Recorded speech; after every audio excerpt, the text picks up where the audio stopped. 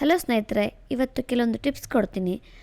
ಕೆಲವೊಂದು ಡಬ್ಬಿಗಳನ್ನ ಬಿಸಾಡೋ ಬದಲು ರೀಯೂಸ್ ಹೆಂಗೆ ಮಾಡೋದು ಅಂತ ನಿಮಗೆ ತೋರಿಸ್ಕೊಡ್ತೀನಿ. ಇಲ್ಲಿ ಹನಿ ಬಾಟ್ಲು, ಕ್ರೀಮ್ ತೊಗೊಂಡಿರೋದು, ಸ್ವೀಟ್ ತೊಗೊಂಡಿರೋ ಬಾಟ್ಲು, ಡಬ್ಬಿ ಎಲ್ಲ ಇತ್ತು. ಬಿಸಾಡೋ ಬದಲು ಈ ಥರ ಬಳಕೆ ಮಾಡ್ಬೋದು. ಯಾವ ರೀತಿ ಅಂತ ಹೇಳಿದ್ರೆ, ಈಗ ನಾವು ಎಮರ್ಜೆನ್ಸಿಗೆ ಎಲ್ಲರೂ ಟ್ರಾವೆಲ್ ಹೋಗ್ತೀವಿ. ಟೂರ್ ಆಗಿರ್ಬೋದು, ಒಂದು 4-5 ದಿನ ಇಲ್ಲ ಒಂದು ವಾರ ಆಗಿರ್ಬೋದು, ಇಲ್ಲ ಅಮ್ಮ ಮನೆಗೆ ಒಂದು ವಾರ ಫಂಕ್ಷನ್ ಇರುತ್ತೆ ಅಂತ ಹೋದಾಗ ಆ ಟೈಮಲ್ಲಿ ಈ ಡಬ್ಬಿಗಳನ್ನ ಬಳಕೆ ಮಾಡ್ಕೊಳ್ಳಿ. ಇದು ಒಂದು ಫೇಸ್ ವಾಶ್ ಹಾಕ್ಕೋತಾ ಇದ್ದೀನಿ ನಾನು. ಈ ಫೇಸ್ ವಾಶು ಇಲ್ಲ ಅಂದರೆ ನಿಮ್ಮದು ಫೇಸ್ ಕ್ರೀಮು ಯಾವುದಾದ್ರೂ ಹಾಕ್ಕೋಬೋದು. ಇದನ್ನು ನಾವು ದೊಡ್ಡದಿರೋದ್ರಿಂದ ನಾವು ಅದನ್ನ ಕ್ಯಾರಿ ಮಾಡೋಕ್ಕಾಗಲ್ಲ. ಜೊತೆಗೆ ಎಲ್ಲರೂ ಟ್ರಾವೆಲ್ ಅಂತ ಎಲ್ಲ ಟೂರ್ಗೆ ಹೋದಾಗ ಹೋಟೆಲಲ್ಲೇ ಬಿಟ್ಟು ಬರೋ ಅಂಥ ಸಾಧ್ಯತೆಯೂ ಇರುತ್ತೆ. ಅದ್ರ ಬದಲಾಗಿ ಈ ಥರ ಸಣ್ಣ ಡಬ್ಬಿಯಲ್ಲಿ ನಾವು ಕ್ರೀಮ್ ಹಾಕ್ಕೊಂಡು ಹೋಗೋದ್ರಿಂದ ಆ ಡಬ್ಬಿನ ಅಲ್ಲೇ ಬಿಟ್ಟು ಬಂದರೂ ಕೂಡ ನಮಗೇನು ಲಾಸ್ ಆಗೋದಿಲ್ಲ. ಸೊ ನೆಕ್ಸ್ಟ್ ಟೈಮ್ ಹೋಗುವಾಗ ಸಣ್ಣ ಬಾಟ್ಲಲ್ಲಿ, ಸಣ್ಣ ಡಬ್ಬಿಯಲ್ಲಿ ನೀವು ಕ್ರೀಮ್ ಆರ್ ಫೇಸ್ ವಾಶ್ ಹಾಕ್ಕೊಂಡೋಗಿ ನಿಮ್ಮ ದುಡ್ಡನ್ನ ಉಳಿತಾಯ ಮಾಡ್ಕೊಳ್ಳಿ, ನಿಮ್ಮ ಕೆಲಸನೂ ಈಸಿ ಮಾಡ್ಕೊಳ್ಳಿ, ಜೊತೆಗೆ ನಮ್ಮ ಬ್ಯಾಗ್ ಕೂಡ ಸ್ಪೇಷಿಯಸ್ ಆಗಿರತ್ತೆ. ಸೊ ಅದೇ ಥರ ಶಾಂಪು, ಈ ಹನಿ ಬಾಟ್ಲ್ ತುಂಬ ಚೆನ್ನಾಗಿತ್ತು ಸಣ್ಣದು, ಅದನ್ನು ನಾನು ಶಾಂಪು ಹಾಕ್ಕೊಳ್ಳೋದಕ್ಕೆ ಯೂಸ್ ಮಾಡೋದು. ಇದು ನನ್ನ ಮಗಂದು ಶಾಂಪು. ನಾವಾದರೆ ಯಾವುದೋ ಒಂದು ಹಾಕ್ಕೊಂಡ್ಬಿಡ್ತೀವಿ, ಆದರೆ ಮಕ್ಕಳಿಗಂದರೆ ಅದೇ ಹಾಕಬೇಕಲ್ವಾ.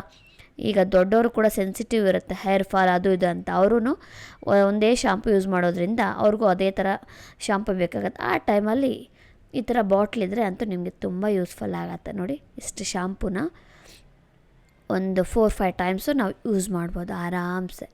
ಡಬ್ಬಿ ಬೇಕಾದರೆ ಅಲ್ಲೇ ಬಿಟ್ಟು ಬನ್ನಿ, ಪರವಾಗಿಲ್ಲ, ಏನು ಲಾಸ್ ಇಲ್ಲ. ಈಗ ನೋಡಿ, ಟಿಶ್ಯೂ ಪೇಪರ್ ತೊಗೊಂಬಂದಿರ್ತೀವಿ, ಅದನ್ನು ಓಪನ್ ಮಾಡೋದಕ್ಕೆ ಸೀಸರು ಹಂಗೆ ಹಿಂಗೇನು ಮಾಡ್ತೀವಿ. ಅದ್ರ ಬದಲಾಗಿ ಪಟ್ ಅಂತ ಕವರ್ ಮೇಲೆ ಹೊಡೆದ್ರೆ ಈಸಿಯಾಗಿ ಓಪನ್ ಆಗಿಬಿಡುತ್ತೆ. ಈ ಟಿಪ್ಪು ಎಲ್ರಿಗೂ ಗೊತ್ತಿರುತ್ತೆ, ಗೊತ್ತಿರೋರು ಯೂಸ್ ಮಾಡ್ಕೊಳ್ಳಿ. ನೋಡಿ ಎಷ್ಟು ಈಸಿಯಾಗಿ ಒಂದು ಏಟ್ಗೆ ಕ್ಷಣಗಳಲ್ಲಿ, ಸೆಕೆಂಡ್ಗಳಲ್ಲಿ ಓಪನ್ ಆಗಿಬಿಡ್ತು. ಈಗ ಆರಾಮ್ಸೆ ನೀವು ಟಿಶ್ಯೂ ಪೇಪರ್ ತೊಗೊಂಡು ಬಳಕೆ ಮಾಡ್ಕೊಳ್ಳಿ. ಈಗ ನೆಕ್ಸ್ಟ್ ಟಿಪ್ ನೋಡೋಣ. ಇದು ಬಂದು ಜವಾದ ಪೌಡರ್. ತುಂಬ ಟಿಪ್ಸ್ ಕೊಟ್ಟಿದ್ದೀನಿ ಜವಾದ ಪೌಡ್ರ್ ಬಗ್ಗೆ. ಇವತ್ತು ಒಂದು ಟಿಪ್ ಕೊಡ್ತೀನಿ. ಏನಪ್ಪ ಅಂತ ಹೇಳಿದ್ರೆ, ಇದು ಒಳ್ಳೆ ಗಮ್ ಅಂತ ಇರುತ್ತೆ. ಪರ್ಫ್ಯೂಮ್ಗಿಂತೂ ಇದು ನ್ಯಾಚುರಲ್ ಪರ್ಫ್ಯೂಮ್ ಅಂತ ಹೇಳೋಕ್ಕೆ ಇಷ್ಟಪಡ್ತೀನಿ, ಅಷ್ಟು ಚೆನ್ನಾಗಿರುತ್ತೆ ಇದು. ಇದರಲ್ಲಿ ನಾನು ಒಂದು ಸಣ್ಣದು ಪ್ಲೇಟ್ ತೊಗೊಂಡಿದ್ದೀನಿ, ಯಾವುದೋ ಒಂದು ಬೌಲ್ ತೊಗೊಳ್ಳಿ, ಅದರಲ್ಲಿ ಸ್ವಲ್ಪ ಜವಾದ ಪೌಡ್ರ್, ಚಿಟಿಕೆಯಷ್ಟು ಜವಾದ ಪೌಡ್ರ್. ಇಲ್ಲಿ ಒಂದು ಮಾಯ್ಶ್ಚರೈಸರ್ ಕ್ರೀಮ್ ತೊಗೊಂಡಿದ್ದೀನಿ. ಇದನ್ನು ಮಿಕ್ಸ್ ಮಾಡ್ಕೊಂಡು, ಈ ಪರ್ಫ್ಯೂಮೆಲ್ಲ ಕೆಲವ್ರಿಗೆ ತುಂಬ ಇಷ್ಟ ಆಗೋಲ್ಲ, ಮತ್ತು ಮಕ್ಕಳು ಕೂಡ ಹಾಕೋಂಗಿಲ್ಲ, ಕೆಮಿಕಲ್ ಇರೋದ್ರಿಂದ ಜಾಸ್ತಿ ಬಳಸೋಂಗಿಲ್ವಲ್ಲ. ಆ ಟೈಮಲ್ಲಿ ಈ ಥರ ನಾವು ಜವಾದ ಪೌಡ್ರ್ ಮಿಕ್ಸ್ ಮಾಡಿ ಒಂದು ಮಾಯ್ಶ್ಚರೈಸರ್ ಕ್ರೀಮಲ್ಲಿ ನಾವು ಮಿಕ್ಸ್ ಮಾಡಿ ಹಾಕ್ಕೊಳ್ಳೋದ್ರಿಂದ ಒಳ್ಳೆ ಗಮ್ಮಂತ ಒಳ್ಳೆ ಸ್ಮೆಲ್ ಇರುತ್ತೆ. ಇದನ್ನು ಮಕ್ಳಿಗೂ, ಸ್ಕೂಲ್ಗೆ ಹೋಗೋ ಮಕ್ಕಳಿಗೆಲ್ಲ ಹಾಕಿ ಕಳಿಸಿದ್ರೆ ಅಂತೂ ಅವರು ಸ್ಕೂಲಿಂದ ಬರೋವರೆಗೂ ಆ ಸ್ಮೆಲ್ ಗಮ್ಮಂತ ಇರುತ್ತೆ. ನೋಡಿ, ನನ್ನ ಮಗ ಹೇಳ್ತಾನೆ ಈಗ ಹೆಂಗೆ ಅಂತ. ಚಿನ್ನಿ, ಸ್ಮೆಲ್ ಹೆಂಗೈತೆ ಮಾ? ಇದು ಹೆಂಗಂತ ಇದೆ? ಗಮ್ಮಂತ ಇದೆಯಾ? ವಾ, ಇನ್ಮೇಲೆ ಇದೆ ಹಾಕೋತ್ಯಾ? ಫಂಕ್ಷನ್ಗೆ ಹೋಗ್ಬೇಕು, ಎಲ್ಲಾದರೂ ಹೋಗಬೇಕು, ಬ್ಯಾಂಗಲ್ಸು ಕಂಪಲ್ಸರಿ ನಮ್ಮ ಮ್ಯಾಚಿಂಗ್ ತೊಗೊಂಡು ಹೋಗ್ತೀವಿ.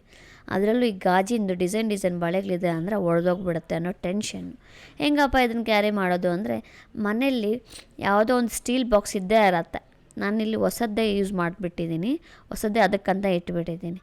ಸೊ ಒಂದು ಸ್ಟೀಲ್ ಬಾಕ್ಸ್ ತೊಗೊಂಡು ಕೆಳಭಾಗದಲ್ಲಿ ಯಾವುದೋ ಒಂದು ದಪ್ಪದಾದಂಥ ಪೇಪರ್ ಹಾಕ್ಕೊಳ್ಳಿಲ್ಲ ಅಂದರೆ ಟಿಶ್ಯೂ ಪೇಪರ್ ಹಾಕ್ಕೊಳ್ಳಿ. ಯಾಕಂದರೆ ಇದು ಶೇಕ್ ಆಗೋವಾಗ ಸ್ವಲ್ಪ ಸ್ಕ್ರ್ಯಾಚಸ್ ಆಗೋ ಸಾಧ್ಯತೆ ಇರುತ್ತೆ. ಅದೇ ನಾವು ಪೇಪರ್ ಹಾಕಿಟ್ಬಿಟ್ರೆ ಈಸಿಯಾಗಿ ಯಾವುದೇ ರೀತಿ ಹೊಡೆದಿರೋಂಗೆ ಹೆಲ್ಪ್ ಆಗುತ್ತೆ. ನಾವೇನು ಸ್ವಲ್ಪ ಬಳೆ ಇಡಲ್ಲಲ್ಲ, ಸ್ವಲ್ಪ ಆದಷ್ಟು ಜಾಸ್ತಿ ಬಳೆ ಸೈಜ್ ತಕ್ಕನಂಗೆ ನೋಡ್ಕೊಳ್ಳಿ. ಈಗ ಕಡಿಮೆ ಬಳೆ ಇದೆ ಅಂದರೆ ಸಣ್ಣ ಬಾಕ್ಸ್ ತೊಗೊಳ್ಳಿ, ಜಾಸ್ತಿ ಬಳೆ ಇದೆ ಅಂದರೆ ದೊಡ್ಡ ಬಾಕ್ಸ್ ತೊಗೊಳ್ಳಿ. ನೆಕ್ಸ್ಟ್ ಟಿಪ್ ಏನಪ್ಪ ಅಂದರೆ, ಇಷ್ಟೊತ್ತು ಬಳೆ ಬಾಕ್ಸು ಅಂತ ಹೇಳಿದೆಲ್ಲ, ಬಾಕ್ಸ್ ಬೇಡ ನಮಗೆ, ಈ ಥರ ಏನಾದರೂ ಡಿಸೈನ್ ಆಗಿರೋದೇನಾದರೂ ಬೇಕಂದರೆ ಆರಾಮ್ಸೆ ಈ ಥರ ಒಂದು ಆರ್ಗನೈಸರ್, ಬ್ಯಾಂಗಲ್ ಆರ್ಗನೈಸರು ಸಿಗತ್ತೆ, ಪೌಚಿದು. ಇದು ಬಂದು ಮಾರ್ಕೆಟಲ್ಲಿ ತೊಗೊಂಡಿದ್ದು ನಾನು, ಮೀಶೋಲ್ಲೂ ಸಿಗತ್ತೆ.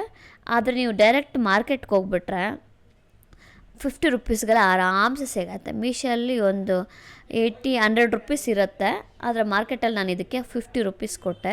2 ತೊಗೊಂಬಂದೆ. ತುಂಬಾ ಚೆನ್ನಾಗಿ ಕೆಲಸ ಮಾಡುತ್ತೆ. ಇದು ಕೂಡ ಅಷ್ಟೇ, ಬಳೆ ಯಾವುದೇ ರೀತಿ ಸ್ಕ್ರ್ಯಾಚ್ ಆಗ್ದಂಗೆ ಇದು ಕಾಪಾಡತ್ತೆ. ಈಗ ಕೊನೆಯ ಟಿಪ್ ನೋಡೋದಾದರೆ, ಎಣ್ಣೆ ಕವರ್ ಕಟ್ ಮಾಡಿರ್ತೀವಿ, ಸೊ ಅದರಲ್ಲಿ ಇನ್ನೂ ಸ್ವಲ್ಪ ಎಣ್ಣೆ ಉಳಿದಿರತ್ತೆ, ಹಾಗಂತ ಬಿಸಾಡೋಕ್ಕಾಗಲ್ಲ. ಆ ಟೈಮಲ್ಲಿ ಏನಪ್ಪ ಮಾಡೋದಂದರೆ ಚಪಾತಿ ಡೈಲಿ ಚಪಾತಿ ಮಾಡೋರು ಇದ್ದೇ ಇರ್ತಾರಲ್ವ ನೈಟ್ ಟೈಮು, ಆ ಟೈಮಲ್ಲಿ ಚಪಾತಿ ಎಲ್ಲ ಕಲಸಿದ್ದಾದಮೇಲೆ ಎಣ್ಣೆ ಹಾಕೋದಕ್ಕೆ ಮೊದಲು ಆ ಕವರಲ್ಲಿ ಕಲಸಿದಂಥ ಚಪಾತಿ ಹಿಟ್ಟನ್ನ ಕವರಲ್ಲಿ ಹಾಕಿ ಸ್ವಲ್ಪ ಚೆನ್ನಾಗಿ ಕಲಿಸೋದ್ರಿಂದ ಅದು ಈಸಿಯಾಗಿ ಅದಕ್ಕೆಲ್ಲ ಅಪ್ಲೈ ಆಗುತ್ತೆ ಎಣ್ಣೆ. ಯಾವುದೇ ರೀತಿ ನೀವು ಎಕ್ಸ್ಟ್ರಾ ಎಣ್ಣೆ ಸೈಡಿಂದ ಹಾಕೋ ಅವಶ್ಯಕತೆಯೇ ಇರಲ್ಲ, ಯಾಕಂದರೆ ಕವರಲ್ಲಿರೋ ಎಣ್ಣೆನೇ ಸಾಕಾಗತ್ತೆ. ನೋಡಿ ಆ ಥರ ಚೆನ್ನಾಗಿ ನೀವು ನಾದಬೇಕಾಗತ್ತೆ. ನಾದೋದ್ರಿಂದ ನಿಮ್ಮ ಕೈಗೂ ಸ್ವಲ್ಪ ಕೆಲಸ ಈಸಿ ಆಗುತ್ತೆ, ಯಾಕಂದರೆ ಕವರು ಸಾಫ್ಟ್ ಇರೋದ್ರಿಂದ ಈಸಿಯಾಗಿ ಮೂಮೆಂಟ್ ಆಗುತ್ತೆ, ಎಣ್ಣೆನೂ ಚಪಾತಿ ಹಿಟ್ಟಿಗೆ ಅಪ್ಲೈ ಆಗುತ್ತೆ. ಬೇಕಾದ್ರೆ ಸ್ವಲ್ಪ ಹೊತ್ತು ನೆನೆಸ್ತೀನಿ ಅಂದರೆ ನೀವು ಅದೇ ಕವರಲ್ಲಿ ಹಾಕಿ ಒಂದು 10-15 ನಿಮಿಷ ಬಿಟ್ಬಿಡಿ, ಏನು ಸಾಫ್ಟ್ ಇರುತ್ತೆ ಗೊತ್ತಾ, ಸಖತ್ತಾಗಿ ಕೆಲಸ ಮಾಡುತ್ತೆ ಈ ಟಿಪ್ಪು.